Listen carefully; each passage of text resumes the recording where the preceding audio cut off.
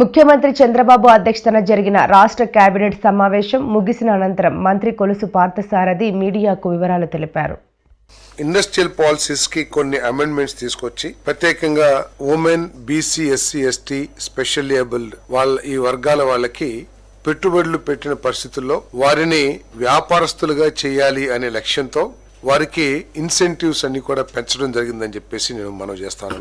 దానికోసం మరి అమెండ్మెంట్ తీసుకురావడం జరిగింది పాలసీస్ లో. ఇంతకు ముందు 35% మాత్రమే క్యాపిటల్ సబ్సిడీ ఇచ్చేవాళ్ళు. దాన్ని 45% కి FC and fixed capital investment కి క్యాపిటల్ సబ్సిడీగా ఇవ్వడం జరుగుతుందని చెప్పేసి నేను మనవి చేస్తాను. అంతేకాకుండా ఈ ట్రాన్స్పోర్ట్ బిజినెస్ వాళ్ళు కూడా లాజిస్టిక్స్ ఇది ఇంతకు ముందు మ్యానుఫ్యాక్చరింగ్ యాక్టివిటీస్ కి మన ఇన్సెంటివ్స్ ఇస్తే ఇప్పుడు లాజిస్టిక్స్ కి ట్రాన్స్పోర్ట్ కూడా 45% సబ్సిడీ ఇవ్వాలని, అది మాక్సిమం 75 lakhs కి ఇవ్వాలని చెప్పేసి నిర్ణయం తీసుకోవడం జరిగిందని చెప్పేసి మనం చేస్తాం. ఈ ఇన్సెంటివ్స్ అన్ని కూడా కొత్తగా పెట్టుబడి పెట్టే SC, ST, BC, minority, women entrepreneurs కి సంబంధించిందని చెప్పేసి కూడా తెలియజేస్తూ పాత వాళ్ళకి మరి 40% మాత్రమే ఇవ్వడం జరుగుతుందని చెప్పేసి కూడా మనం చేస్తాం. దాంతో పాటు ఇంతకు ముందు ఎస్సీ, ఎస్టీ ఎంటర్‌ప్రెన్యూర్స్ కి కేవలం 50% subsidy, maximum limited to 20 lakhs land cost మీద సబ్సిడీ ఇచ్చేవాళ్ళు. ఈ రోజు అలా కాకుండా దాన్ని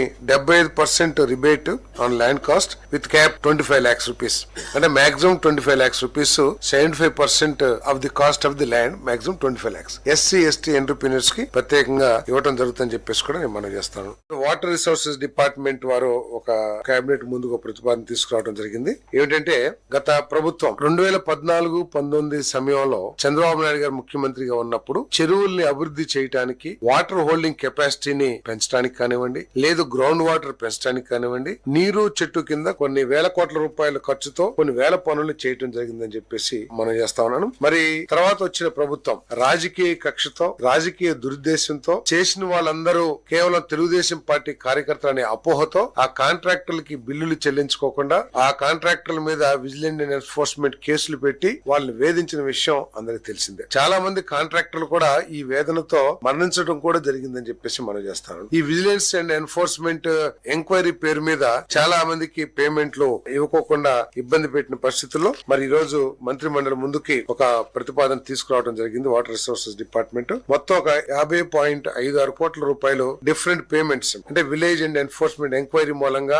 ఆగిపోయిన పేమెంట్స్ కానివ్వండి, లేదు ఏదో డిపార్ట్మెంట్ తో సెటిల్మెంట్ చేసుకుని 20% వద్దని చెప్పేసి ఆ నెగోషియేషన్ ద్వారా ఫైనలైజ్ అయిన అమౌంట్ కానివ్వండి, అదే విధంగా కొంతమందికి జిఎస్టీ లేదని చెప్పేసి పేమెంట్ ఆపేశారు. కొంతమంది చనిపోవటం మూలంగా అటువంటి వాళ్ళు 123 కాంట్రాక్టులకు సంబంధించిన కాంట్రాక్టర్ జిఎస్టీ లేదని 7.25 కోట్లు ఆపేయడం జరిగింది. అదేవిధంగా 61 కాంట్రాక్టులకు సంబంధించి కాంట్రాక్టర్లు చనిపోయిన వాళ్ళ లీగల్ హెయిర్స్ కి జిఎస్టీ లేదని చెప్పేసి 4.5 కోట్లు. ఈ విధంగా వీళ్ళందరికీ కూడా పేమెంట్లు ఆపేయడం జరిగింది. వారందరికీ కూడా పేమెంట్లు ఇవ్వాలి, పనులు జరిగినాయి, తద్వారా నీటి గ్రౌండ్ వాటర్ కానివ్వండి, ఆ ప్రాంతానికి సాగునీటి వసతులు కానీ మెరుగైనవి అని చెప్పేసి ప్రతిపాదన చేయడం జరిగింది. ఆ పేమెంట్ అన్ని కూడా ఇవ్వటమే కాకుండా దాదాపు 386 ఇంజనీర్స్ కానీ లేకపోతే వాటర్ రిసోర్సెస్ డిపార్ట్మెంట్ లో ఉన్న అధికారుల్ని సస్పెన్షన్ గురి చేయటమో లేకపోతే రకరకాల డిసిప్లినరీ యాక్షన్స్ తీసుకున్నారో అవన్నీ కూడా విత్డ్రా చేయడానికి వచ్చిన ప్రతిపాదనని మంత్రి మండలి ఆమోదించిందని చెప్పేసి మనం చేస్తాం.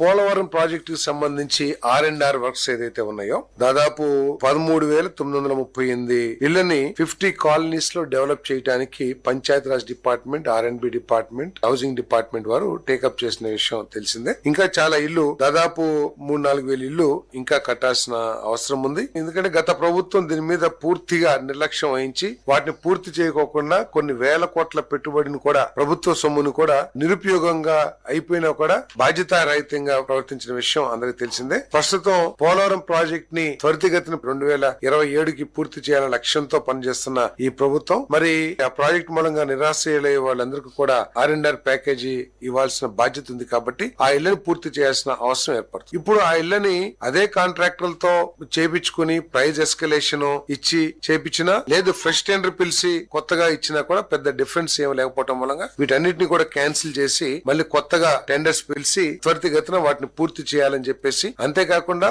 ఎవరైతే నిరాశ్రయులు ఆ కాలనీస్ కి తీసుకురాబడతారో వాళ్ళకి కావాల్సిన సోషల్ ఇన్ఫ్రాస్ట్రక్చర్ కూడా ఏర్పాటు చేయాలని చెప్పేసి ముఖ్యమంత్రి గారు సూచించడం జరిగింది. అంటే స్కూల్స్ కానివ్వండి, లేకపోతే టెంపుల్స్ కానివ్వండి, అన్ని వసతులు అంటే ఎట్టి పరిస్థితుల్లో కూడా వారు ఇబ్బంది పడుకోకుండా కొత్త కాలనీస్ కి వచ్చిన తర్వాత ఉపాధి పరంగా కానివ్వండి, లేకపోతే సోషల్ ఇన్ఫ్రాస్ట్రక్చర్ కానివ్వండి, ఎటువంటి ఇబ్బంది లేకుండా ఉండే విధంగా చర్యలు తీసుకోవాలని చెప్పేసి కూడా ముఖ్యమంత్రి గారు సూచించేయడం జరిగిందని చెప్పేసి మనం చేస్తాం.